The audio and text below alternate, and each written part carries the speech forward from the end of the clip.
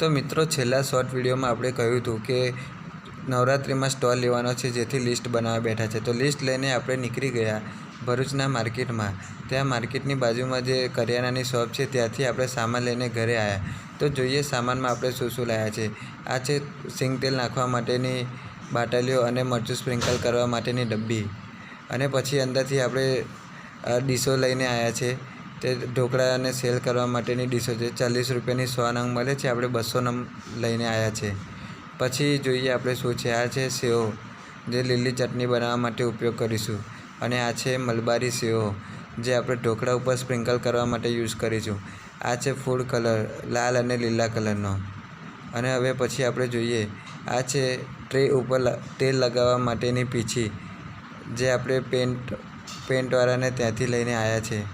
અને લાસ્ટમાં લસણનું મરચું બનાવવા માટે લસણ.